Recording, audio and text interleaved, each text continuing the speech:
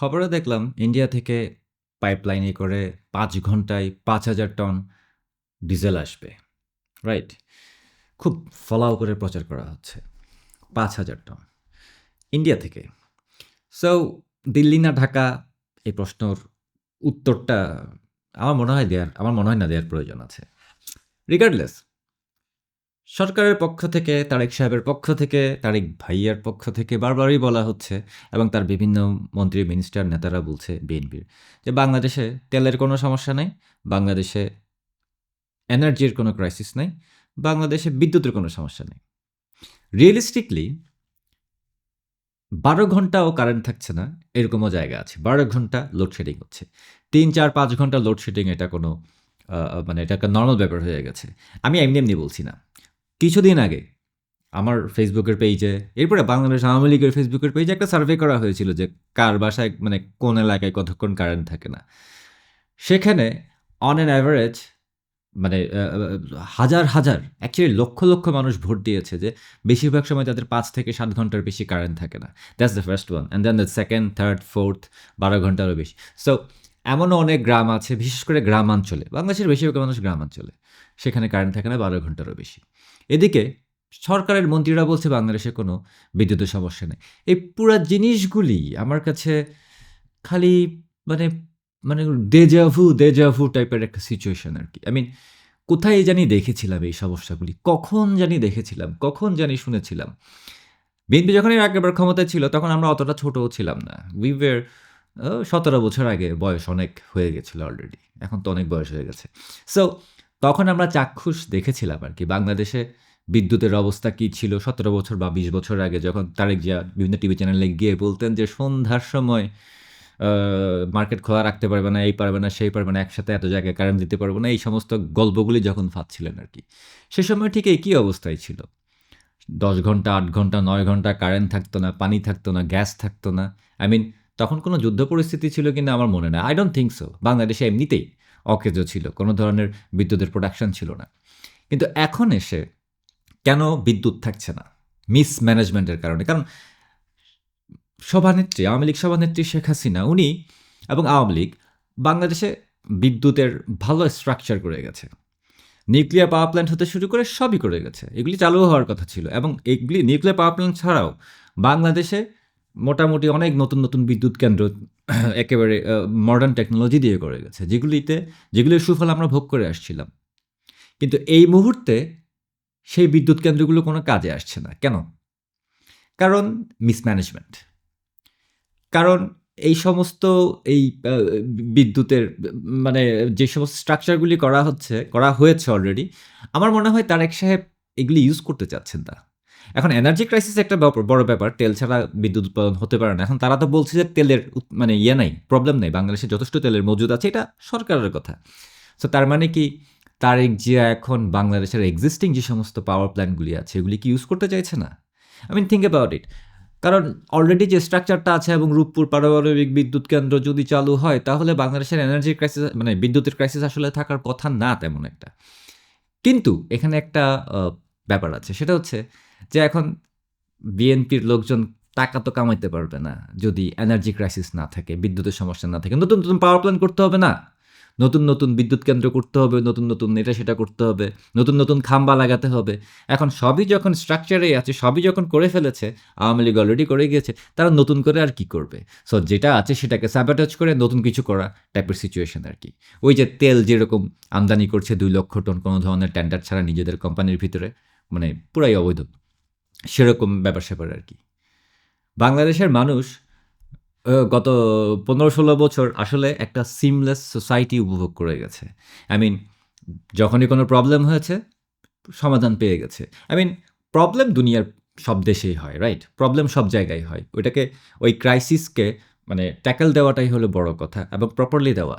বাংলাদেশের মানুষের গত ১৭ বছর গার্ডিয়ান ছিল একজন, শেখ হাসিনা। উনি কিন্তু বিপদে-আপদে, মানুষের বিপদে-আপদে বাংলাদেশে বড় কোনো ক্রাইসিস হলে ঠিকই একটা সমাধান বের করে ফেলতেন। এই মুহূর্তে যে সমস্ত ক্রাইসিসগুলি দিয়ে দুনিয়া যাচ্ছে এবং অফকোর্স যে ইরান, আমেরিকা, ইসরায়েল যুদ্ধের জন্য আমরা বাংলাদেশের কোনো গভর্নমেন্টকে ব্লেম করতে পারি না। বাট এটার কারণে যেই প্রবলেমগুলি বাংলাদেশে হচ্ছে এটা ট্যাকেল দেওয়ার জন্য সেই পরিমাণ এক্সপেরিয়েন্স বাংলাদেশের কারেন্ট গভর্নমেন্টের নাই। হিমশিম খাচ্ছে, কিন্তু মিথ্যা কথা বলেই যাচ্ছে। ওদিকে তেল নাই, এদিকে বলছে তেল আছে, তেলের মজুদ নাই, বলছে তেল আছে, কিন্তু পেট্রোল পাম্পে আসলে তেল নাই, মানুষজন ঘন্টার পর ঘন্টা লাইন ধরে বসে থাকে। বলছে বিদ্যুতের সমস্যা নেই, কিন্তু মানুষের বাসায় 12 ঘন্টা কারেন্ট থাকে না, গ্রামে গঞ্জে 12 ঘন্টা গ্রামে থাকে না, শহর এলাকাতেও 5-7 ঘন্টা করে কারেন্ট থাকে না, মফস্বলের কথা তো বাদই দিলাম। সো এই সমস্ত ক্রাইসিস, এগুলি কিন্তু বড় বড় ক্রাইসিস। বাংলাদেশে কিন্তু নতুন ইনভেস্টমেন্ট হবে না বা হচ্ছে না। ইকোনমির অবস্থা খুবই বাজে। ইউনূস কিন্তু বাংলাদেশের ইকোনমিকে ডিস্ট্রয় করে গেছে একেবারে। আর এখন বিএনপি সরকার এসে কোথায় সেটাকে তুলবে, কিন্তু সেটাও উঠানোর মতো তাদের সেই এক্সপেরিয়েন্স নাই, এবং উঠানোর কতটুকু ইচ্ছা আছে আমি জানি না। এখন যেই সংসদে রাজাকাররা মাইক নিয়ে বড় বড় ডায়লগ দেয়, সেই সংসদ দিয়ে বাংলাদেশের কতটুকু উপকার হবে আই এম নট শিওর। মানে আমি জানি না, এটা আমার কাছে আইরনি মনে হয়, এটা আমার কাছে খুবই হাস্যকর মনে হয় যে বাংলাদেশে রাজাকাররা এখন সংসদে বিরোধী দল। এর চাইতে হাস্যকর কোনো কিছুই হতে পারে না। সো এই সংসদ নিয়ে আমরা যেরকম হাসাহাসি করছি যে রাজাকাররা সংসদে, সেরকম সারা বাংলাদেশের মানুষও এই সংসদকে সিরিয়াসলি নিতে পারে না বা নিচ্ছে না। কারণ যেখানে সরকার দেশ বিরোধী, স্বাধীনতার বিরোধী শক্তি সংসদে এখন হাজির, সেখানে আর এই সংসদ দিয়ে কী বা হবে? আর এই সংসদ দিয়ে আপনি কী সমস্যার সমাধান করবেন? হামের টিকার জন্য আজকে কতগুলি শিশু মারা গেল, এবং প্রতিদিনই মারা যাচ্ছে 5 জন 10 জন করে। কারণ হামের টিকা ইউনূস আনে নাই। যেহেতু ইউনূস হামের টিকা দিতে পারে নাই, সেহেতু এখন 15 মাসের শিশু, 10-15 মাসের শিশু, 2 বছরের শিশুরা এই হাম রোগে মারা যাচ্ছে। বেসিক্যালি টিকার অভাবে মারা যাচ্ছে। এই ইউনূসের বিচার কি তারেক জিয়া করতে পারবেন? অথবা এই ক্রাইসিসটাকে ট্যাকেল দিতে পারবেন? কোনো ধরনের স্টেপস নেওয়া হয়েছে? শিশু মৃত্যু ঠেকানোর জন্য কোনো ধরনের স্টেপস নেওয়া হয়েছে? বিদ্যুতের যে প্রবলেম হচ্ছে, এটার ঠেকানোর স্টেপস নেওয়া হয়েছে? ইকোনমির যে ভঙ্গুর অবস্থা, বাংলাদেশের যে বেকার সমস্যা বেড়ে গেছে, বাংলাদেশে এরকম আরও হাজার হাজার সমস্যায় জর্জরিত এই মুহূর্তে বাংলাদেশ, কোনো ধরনের সমাধানে এসেছে? বাংলাদেশের educational system completely broken right now. Yunus একেবারেই মানে ধ্বংস করে দিয়েছে। অটো পাস, এরপরে হচ্ছে ওই যে পাস না করলে আন্দোলন, যা খুশি তা করতে করতে আলবদর মিক্স আপ করে পুরো বাংলাদেশের এডুকেশনাল সিস্টেম, যেটা এডুকেশন সিস্টেম কমপ্লিটলি ডিস্ট্রয়েড ইউনূসের আমলে হয়েছে। এগুলি ঠিক করার জন্য কোনো কিছু, খালি বড় বড় কথা যে বিদেশ থেকে, আমেরিকা, কানাডা, অস্ট্রেলিয়া থেকে ছাত্ররা এসে বাংলাদেশে পড়বে, এই ধরনের বড় বড় বুলি কথা হচ্ছে। I mean, what's the point? বাংলাদেশের মানুষ কিন্তু ভিতরে ভিতরে ফুঁসে যাচ্ছে। বাংলাদেশের মানুষ অনেক ডেঞ্জারাস। কৃষকদের কিন্তু এখন ওই যে ডিজেল খুব প্রয়োজনীয় একটা জিনিস কৃষকদের জন্য। সেখানে এই সমস্যার সমাধান কিভাবে করবেন? কৃষকদের কিভাবে তেল পাঠাবেন, ডিজেল দিবেন, কৃষকরা কিভাবে হাল চাষ করবে, বিদ্যুৎ না থাকলে পানি সেচ কিভাবে করবে, এই সমস্ত সমাধান বের না করে আপনারা কৃষকদের দিচ্ছেন ফার্মার্স কার্ড, যেগুলি অনেক আগেই ব্যবস্থা নেওয়া হয়েছিল। কৃষক কার্ড বা এগ্রিকালচার রিলেটেড যারা রিলেভেন্ট পিপল ছিল, তাদেরকে কার্ড দেওয়ার জন্য এগুলি শেখ হাসিনাই করে গেছেন অলরেডি। ফ্যামিলি কার্ড বলেন, কৃষক কার্ড বলেন, নতুন করে আপনারা আবার ওই যে এই পুরানো জিনিসগুলি বিক্রি করছেন। For what? This is nonsense. এগুলি তো ফলাও করার কিছু নাই। কার্ড দিচ্ছেন, ওই কার্ডে দিনে 5 টাকা 6 টাকা করেও পাবে না মনে হয়। সেই কার্ড দিয়ে কি হবে? কার্ড আছে, টাকা নাই, মানে ওই যে এমটি ক্রেডিট কার্ডের মতো। লাভ কি? সেগমেন্টেশন করছেন, বাংলাদেশের মানুষকে বিভিন্ন সেগমেন্টে ভাগ করছেন।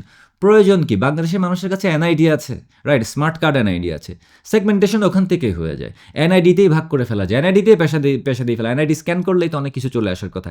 নতুন করে এত কার্ড দেওয়ার দরকার কি? বাংলাদেশের সব মানুষের হাতেই তো এনআইডি থাকার কথা, তাই না?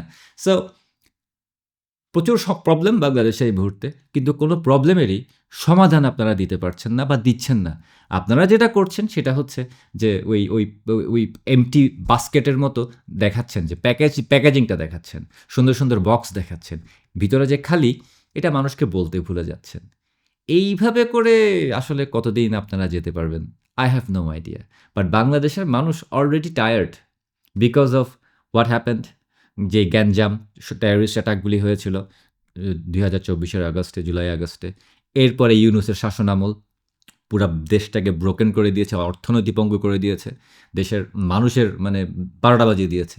আর এখন এসে আপনারা করছেন এই নাটক। So how do you expect যে বাংলাদেশের মানুষ আপনাদেরকে সাপোর্ট করে যাবে? যদিও বাংলাদেশের মানুষের সাপোর্টে কিন্তু আপনারা ক্ষমতায় আসেন নাই, আপনারা ক্ষমতায় এসেছেন ইললিগাল ভোটের মাধ্যমে, বেসিকলি কিংস পার্টির মতো। এই ক্ষমতা আপনারা কতদিন রাখতে পারবেন? মাথায় আছে কি? আওয়ামী লীগ মাঠে নাই। কিন্তু তাও আপনাদের ক্ষমতার কোনো কিন্তু গ্যারান্টি নাই। বুঝতে পারছেন তো? আশা করি বুঝতে পারবেন।